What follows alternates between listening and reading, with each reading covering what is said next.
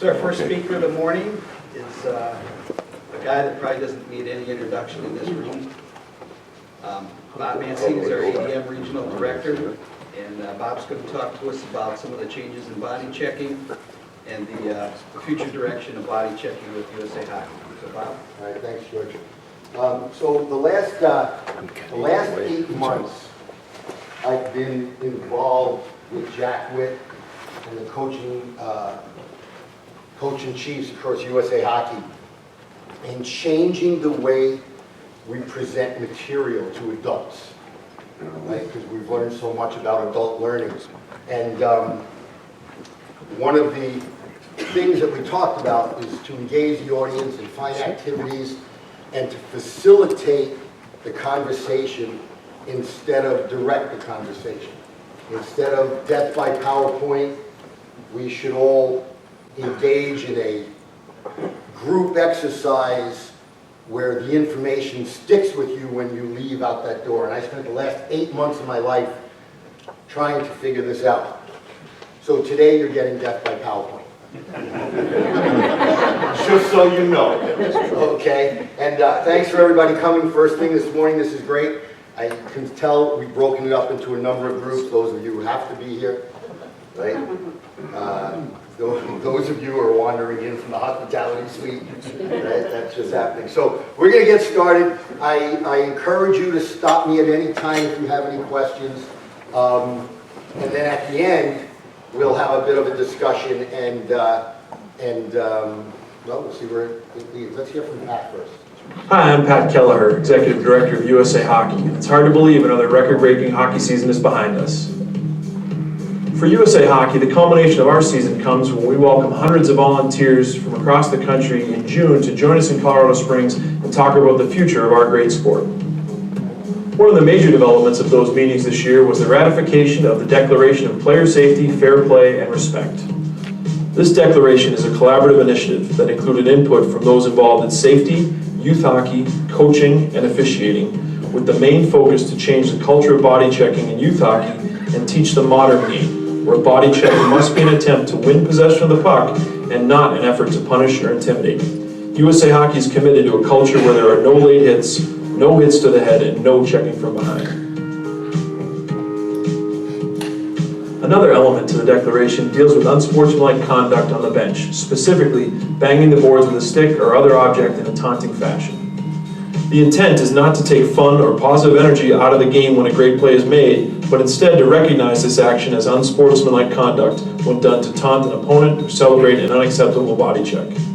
We've had a rule in place that penalizes that type of behavior for many years. Enforcement of this specific action will be a point of emphasis moving forward. In the coming weeks, we'll use various channels to distribute educational materials to the USA Hockey family related to the declaration, including video examples of acceptable and unacceptable body checks. Safety is the top priority of USA Hockey, and I know all involved with our sport will join together in embracing these new initiatives to make the game safer for our youth players. Thanks, and have a great summer. So two things. One, if I would have written Pat's script, I would have had him end with safety and development. The main priorities of USA Hockey, but I don't get to do that, so I'll just add it in here. There's a lot about development that we need to make sure that we focus on when we talk about this. So the Declaration of Safety comes out, and I hope at the end of my little talk here, you agree with me that it's one of the best things we've done in the last 10 years in terms of getting ahead of where the game is going, and making the game safer for our children, but even more importantly for me, who's a development guy, is putting the right things in place so we're teaching our players what the game is going to be when they get to the next level. Not what the game was when we were kids, or what the game is right this second, but where is the game going to? And what's interesting about this is that Declaration of Safety talked about all the things we want to change in the body checking culture in the United States. But the only thing that got traction was the banging the stick on the boards, right? There are online petitions that we're idiots, not the first time, There's, what is USA Hockey doing? I have players chirping me on Twitter. Hey, Bob at USA Hockey, what's the matter? You don't want us to have fun anymore? It's been unbelievable. That's never been the case, and I want to explain what happened. We did not put in any rules. There were no new rules. In fact, 2019 was not a rules year at USA Hockey. But we were committed to doing the right thing, so we knew we had to do something. And that something was a declaration of safety, or a points of emphasis that would help us change the culture of the game. There is actually a rule in the rule book, and I'm not a referee, and I got Perry right here, that I've never seen called. I doubt anybody has seen it called. But there is actually a rule in the rule book that you get a 2-minute unsportsmanlike penalty for banging your stick on the boards. It's already there.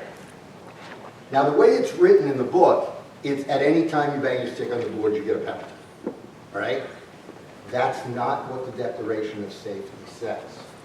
And some people, our fault, not theirs, made the jump from what the Declaration was to the rule and said, this is what they're doing. And it's not. There is no emphasis, nor are we going in the direction where referees will penalize teams, players, for banging their stick on the boards after a great save, a block shot, a fantastic goal. We're not trying to take the fun out of the game. However, we feel very strongly about the taunting and what it does to the game when we allow, after a big hit, legal or not legal, players bang their stick on the boards. Because what happens, as soon as that happens, right, my team goes out and makes a big hit, my team bangs a stick on the board, so what does Danny's team have to do? They got to go make a big hit. And now they make a big hit, and they bang their stick on the boards, and now the game escalates, and we've all seen games, especially at the 15, 16, 17 age level, where if you could be invisible and sneak on the ice and steal the puck, it would be about 15 seconds before the players knew it was gone. That's a problem, right? And that escalation that happens by the banging of stick doesn't stop on the ice. It bleeds into the stands with parents, right? And then coaches against referees, and you have this culture, this avenue we go down that we have to change. And one of the things we're doing, and one of the things why George wanted to be here today, is we need your help to change it. All right? And everybody needs to be part of this. Now, why did we feel strongly we had to do it? Well, there's a strong push from doctors and legislators around the country to change what youth sports looks like. You actually have bills and state legislators that are asking to prohibit contact sports under the age of freshman in high school. You have some states, they've been defeated, where no contact sports till the age of 15 or even 16. That's what the environment is from the medical professionals and the lawyers. So we felt strongly after two recent statements that we need to do something before someone does it for us. And we hope that we collectively, USA Hockey, which you're all part of, are better keepers of the game than people who are not in tune with what it is we're trying to do. So the AAP comes out and says they don't encourage any sports where there's contact under the age of 15. That means rule change for us. That means all of you in the audience who sent me emails telling me what an idiot I was and what USA Hockey was an idiot when we moved checking from 11 to 13. That means you got to dust that email off again and send it back to me, right? That's what this statement goes down. Okay? Then you had the Mayo Clinic, and they just came out with this. And you have to remember, the head of the USA Medical Committee is a doctor at the Mayo Clinic who sits on this. So he is a hockey guy, and he's sitting with a lot of other hockey guys who are saying, we need to do something about the way the game is played. All right? And we don't want someone else to do that. In addition, the United States Olympic Committee and national governing bodies throughout the United States are looking for ways to make contact sports more safe. They're looking for direction from us on how can we stay out of the courts, how can we stay off the headlines, how can we make the game better for our kids. So the first thing we decided was we had to do something, all right? And I hope I haven't lost any of you yet, right? Because we go into rinks, we see what it's like, and 9 out of 10 times we leave saying, I'm not sure that's what we need out of youth sports.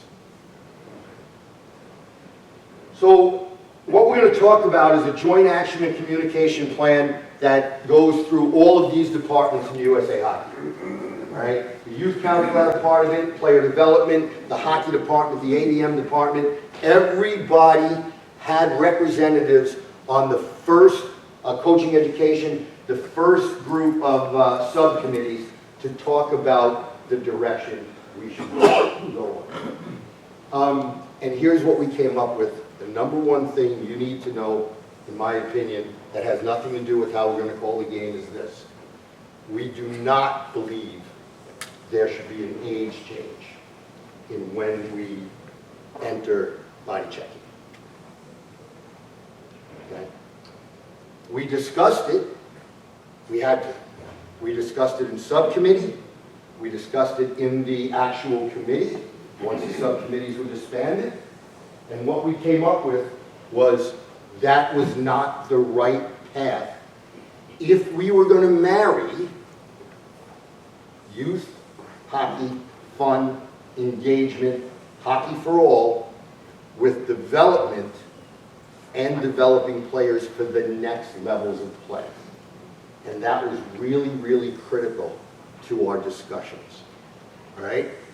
If you've heard the rumor that we were changing the age, that hasn't been through since we disbanded the subcommittees in January. And if you've heard the rumor, well, that's what we did this year, wait till next year. Not true. Not true. There will be rule changes at the next rule change year, but they will have to do with the declaration of safety. Because remember, this declaration we're going to talk about was not a rule change. It was a re-emphasis of rules that are already in the book.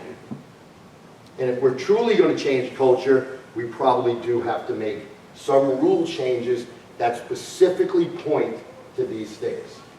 You can read this, but I want to talk to you a little bit about this bottom statement. Legal body check must be an attempt to win possession of the puck and not an effort to punish or intimidate. Right? How many grew up, played hockey, taught hockey, was coached hockey, where you were going out on the ice and you were kicking the crap out of the other team? Or just me? Liars. Seriously? Okay? That was part of the game. Right? Then we went from that to what up until right now we taught at the coaches clinic, which was, what is the definition of body check? Puck separation, right? Not anymore. Okay? Now we've moved beyond that. Because if you look at today's game is not about separating the man from the puck. It's about regaining possession. Right? And those words, maybe it's semantics, I don't believe it is a major, major difference on how we're going to teach our coaches and how we need our coaches to teach our players. We are not going to separate the man from the puck. We are going to use body checking as a means to regain possession. Right? Because this is all evolved. Right? I know a few of us played in the era where first guy took the man, second guy got the puck. Right? That's gone. 20 years ago, that went out the window. If we're coaching that, we're in bigger trouble than we think. Right? That's no longer part of the game. What is the game? Okay, now this is audience participation. What is the game? It's puck possession. What else is today's game? It's not intimidating hits. It's speed, skill. What else? Goals. Really is, isn't it? You got coaches at the highest levels teaching a system of, we got to get to 4 first. Because the stats show that if you can get to 4 first, you're going to win 87% of your games. You just got to score 4 goals. You get 1, doesn't matter if they get 1 as long as you get 2.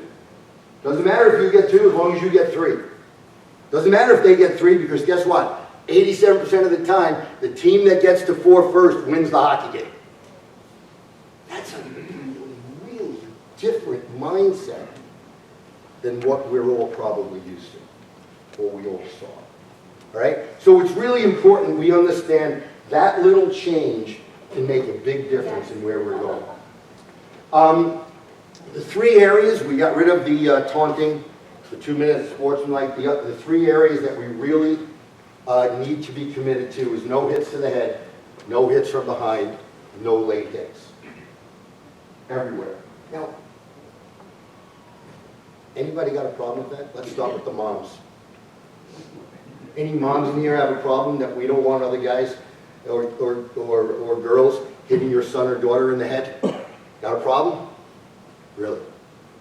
This is what we're talking about. This is in the book. How many coach 18U? 16U? How many seen this play in hockey? Grant and I, we're fighting for a puck. Lauren's the goalie. She stops the puck. The whistle blows. Grant and I push each other, and I punch him in the face. What does he do?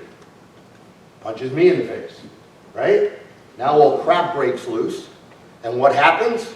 Referees get in, but we're not going to give anything because he hit him and he hit him. No. That's no longer what we want, and that's coming down from the officiating department. As soon as we pushed and shoved and I turned and I hit Grant in the face with my glove, that's a hit to the head, 2 and 10. Right? Period. Think about that one change. Think about the games you've seen at 13, 14, 15, 16, and 17. How the game would change if we can take out that one thing. Because if I challenge you and say, how many midget games you saw in the last 10 years where that play didn't happen at least once, I bet you can't say you ever saw a game like that. Because that's the culture right now. So we have to change that. And then no hits from behind and no late hits. Now the late hit thing is going to be difficult. And I don't mean just difficult for the referees. It's going to be difficult for our parents. It's going to be difficult for our coaches. Because a late hit now is defined as you can only check a player who has the puck. Well, wait a second, Bob, that's the rule anyway. Well, sort of. Right? Right now, you have 2 seconds, you have 2 strides. If you started your check, right? And Mitch gets rid of the puck and I'm here and I started my check, I can plaster him, even if he's past the puck. We're moving on from that. Now you have to be in, what's the word, not in motion, but in the action of delivering the check. So I can't be here. I have to be right here in this action of delivering the check, and Mitch says, ooh, if I get rid of it now, I'm going to get a penalty. They're going to get a penalty, right? We don't want that, all right? But what we can't do now is finish checks. There will be no more finishing checks. You'll have to make the play on the puck. So I have some video clips, and this is going way faster than I thought. No applause, please. This first one we're going to look at, hit to the head, no attempt to play the puck, and players in a vulnerable position. Right?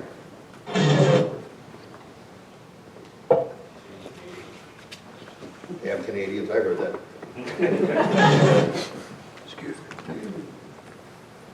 All right, you see the Canadian player coming through. You see what's a loose puck. You see the American player going to play it. The Canadian player makes no attempt to play the puck. That's a penalty. The hit to the head is a penalty. All right? Yeah. The beauty of what you're gonna see here is 75% you're gonna say, well, really, Bob? We know that, right? But we feel if just these things are called, it will change the culture significantly in how the game is played. So a player who makes no attempt on the puck will be penalized.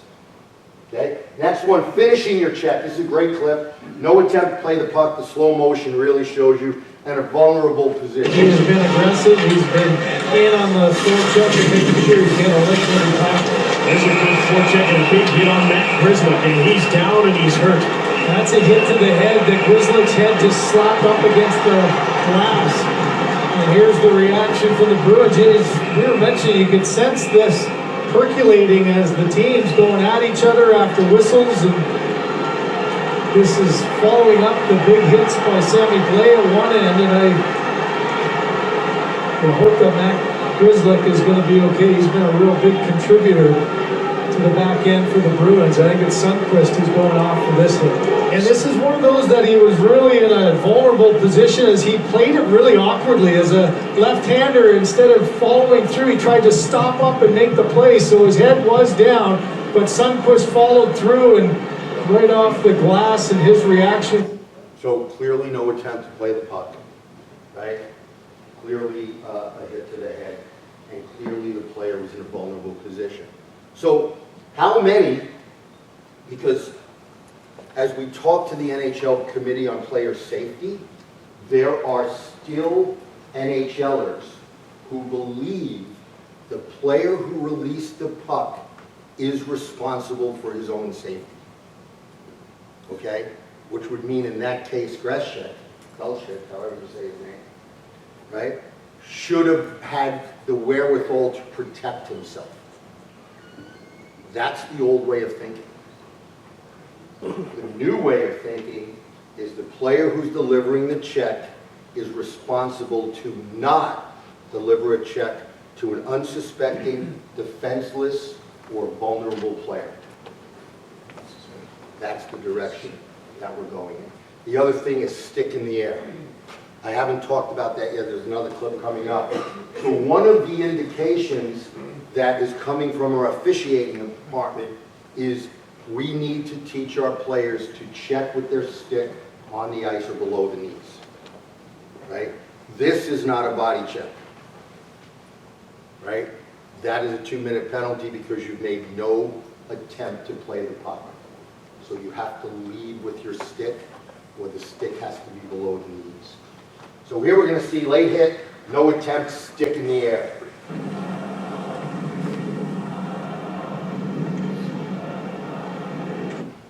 And this is the great example of Hughes gets rid of the puck and then is flattened. Okay?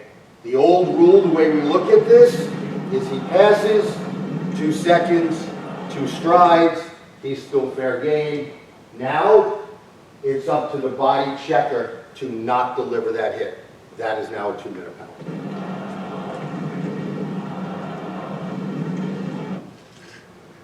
This next one, we'll see an acceptable hit, followed by a not acceptable hit. Notice the first check, the player leads with his stick. Now, it's a very physical check. It's almost fairly violent. It's hard, okay? It's a bold statement, but it's absolutely within the rules.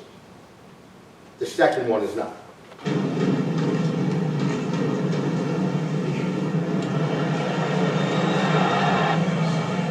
Right here, stick on the ice, play the puck, that's a great hit.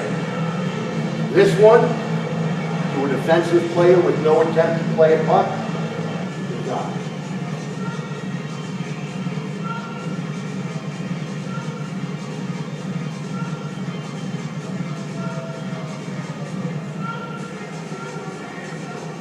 Okay? Oh, this is one we don't see often at higher levels of hockey, but we do see it in youth hockey a lot. It's that a player comes into a scrum and checks a player who's engaged in the scrum, right? So you have 2 players or 4 players engaged in a battle, and Gordy comes from 15 feet away and just decides, oh, this guy is prime, just boom, right? Not allowed, no attempt to play the puck, defenseless and vulnerable.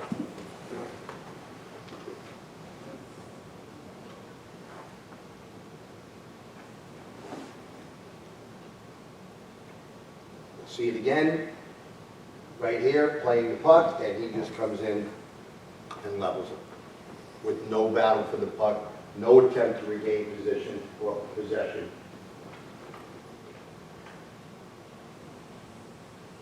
So even though his stick wasn't in the air, he made no attempt to play the puck.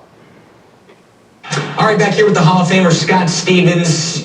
You've been telling me you've been noticing a trend the last couple of nights among NHL defensemen not utilizing this tool right here that they're given, the stick, to their advantage. Why not? Absolutely. Adam Oates calls this a tool, and he's one of the best players with this tool. This is very important. Stick on puck. It's not a flag. We don't want it up here. Defensemen, we don't skate backwards with our stick here. We want our stick in front of us and make the opposition work around my stick, so I have an option to poke the puck off his stick and still look at his chest.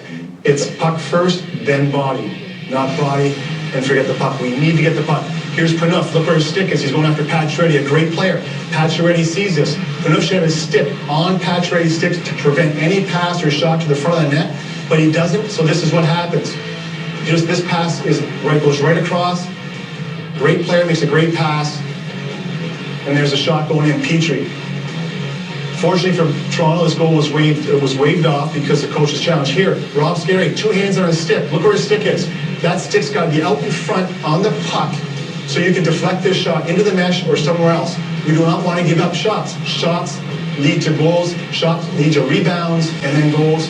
So you don't have stick on puck. Rob Scuderi, veteran defenseman, all he's doing is screening flurry, and Hevsky shoots a puck right between his legs. So very important, guys. Stick on puck here on the offense. We have a forward. Once again, watch. Stick on puck. Not going after the body. He's going after the stick, looking for the turnover, and trying to turn a turnover into a goal, and just like that, Ladd out to Wheeler, pass for to Garas. Great job by Ladd, good stick on puck, turns an offense. Also, when we go to hit, if we keep our sticks on the ice, that will keep our stick from going into people's faces. It will keep our elbows down, so we will take less penalties. We lead with our stick on the hip, stick on puck, then the body. So what makes that video so powerful, hockey fans? Coming from Steve. Coming from Scott Stevens. Yeah. Right? The game has changed, and certainly where the game is going has changed.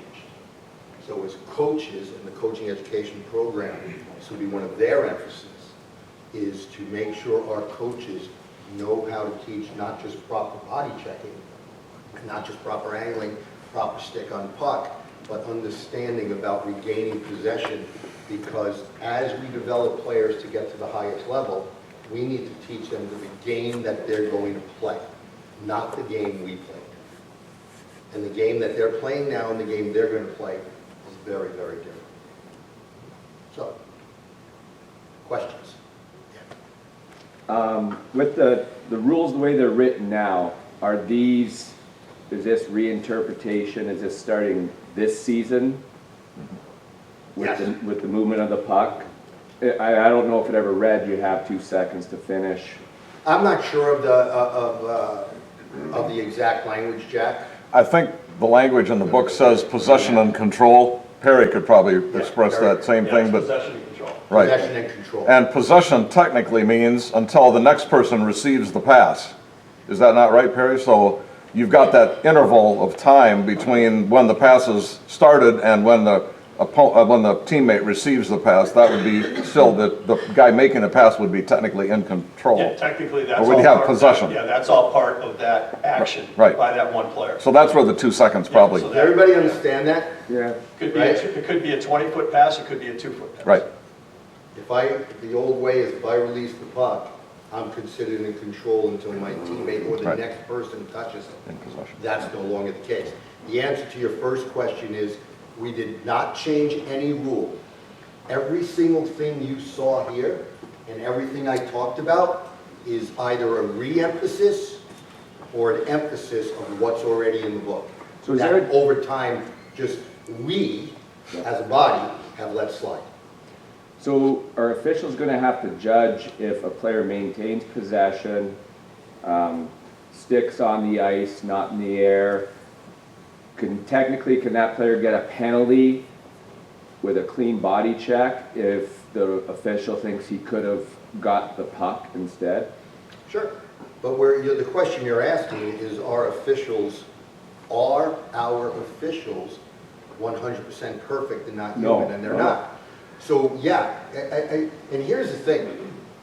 There were growing pains when we moved the age of body checking, and we got through them, and our game is better. There will be growing pains now. And this isn't going to be the first number of things. Right now, we're already piloting a program that will give every USA official a card that has our USA statement, a small paragraph with the 3 things that we're emphasizing. And before every youth game, those 3 minutes when your kids are warming up and you have nothing to do as coaches, we're already talking about both coaches have to come to the referee circle where the referee has to engage the coaches with what our points of emphasis are to make sure the coaches understand and the referee knows how that game is going to be played. We haven't gone as far as making that mandatory yet, but we are piloting it in certain areas.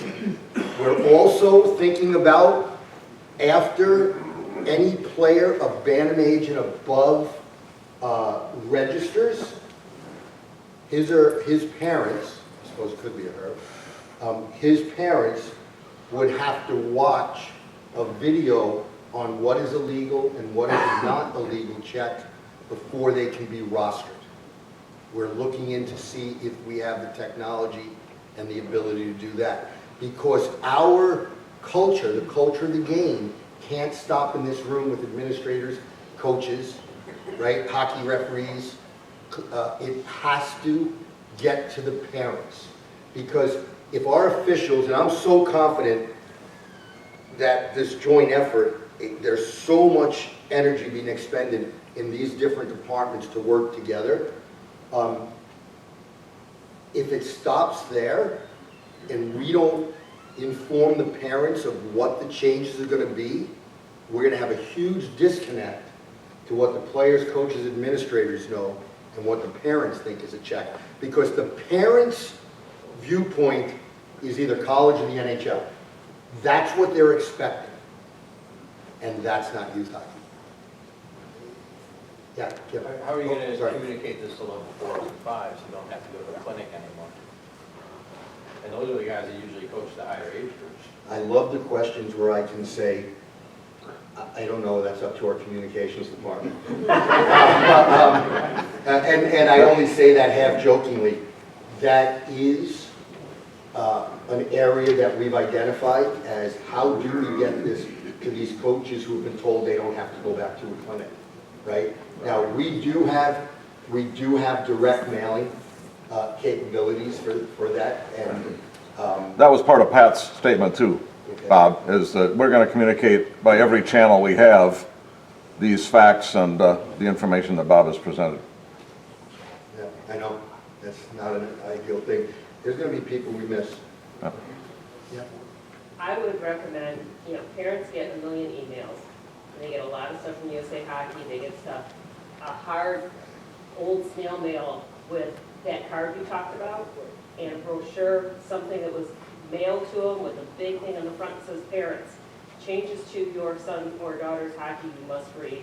Something like that gets their attention to band them up would make a lot more sense than sending an email and posting videos. Because a lot of parents, we've gotten to the point where we're desensitized to electronics, so we've kind of swung that pendulum back where we went from, oh, nobody reads mail anymore, where everything's electronic. The pendulum's swinging back, and it might be a better way to get engaged in those parents. Well, and I'll bring your suggestion forward, Kim, but our new coaching education program technology of delivering online content actually does not allow the user to walk away from the video, okay? So it stops randomly and then asks questions, and you have to actually stay engaged. So we've discussed a lot of these things. And again, this is the one for me that has the most intrigue, is you can register your kid, but he can't be put on a team until you watch the video, right? I mean, we talked about, we can register your kid, but you can't be put on a team until he goes to the local, parents go to the local association and attend a meeting, right? And oh, it's not gonna happen, it's not gonna happen, it's not gonna happen. Really? Go to any high school in the United States that has mandatory parent meetings before sports, not a parent misses, period, right? So your point's well taken. I think the thing is we have to find a way that will deliver that message.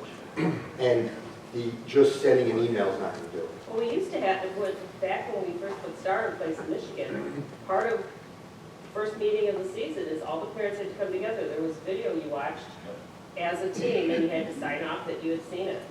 Well, the other thing too, and Danny and I have had this conversation a little bit, while this is one of the most important things we're doing, we have to find ways to deliver the information without putting more of a burden on our volunteers. So if we can, through technology, deliver that, check the box, and allow the player to be registered or rostered, we save a lot of problems in the field. Because Danny's already sharpening his knife up here in the second row at me. Yeah. So we are doing that this year already with your 17 and 18-year-old hockey players playing and officials playing midget hockey. So a player's not allowed to be on a roster unless until that player's safe sport. So it's the same thing. The challenge is, do you know who's actually behind the computer doing this, and how do you match up their email? It has to be the email that's in our database in order to make it work and things like that. The other is, for a long time, I know at least the province of Alberta and perhaps others have had required training for parents on concussions and a variety of things before they're allowed to have their kid play any sport, not hockey. And they attend. What's about our kids, we attend. Any other questions? Thoughts, comments, nothing? Yes? Right. I'm going the wrong way. So banging on the boards. Bang on the boards. Yeah. Anytime there's a check, You'll get a warning. okay. The coach will be warned. So if there's a check, legal or not legal, and your kids celebrate by banging on the boards, the referee will come over and give you a warning. You get one warning. That's it. Which I think is a great rule, by the way. So just so you know, all right, I think if you do it the second time, they should kick your ass out. That's what I think. But we're not there yet. No, coach. Yeah. Exactly. And Craig, this is, I'm so glad you brought this up. I'm really glad you brought this up. And you have to understand how far I am in on this. Our culture is not what it should be. And either we're going to change it, or it's going to continue to get worse, and someone's going to change it for us. We have the greatest sport in the world, played by kids. And us as adults have allowed it to get to this point, and we have to stop it. And if it means kicking a few coaches out of games, good. That's the way I feel. By the way, those comments are not necessarily the views of USA Hockey. However, Casey might tell you something different. However, they were recorded. Now, Mike Casey did a great job of editing that last one, right? It won't be the first time. I know, I'm kidding, Mike. That's it. All right, I know it's 8 a.m. I really appreciate you coming. If you have any questions at all, my email, if you want to chirp me, there's my Twitter address. So thanks.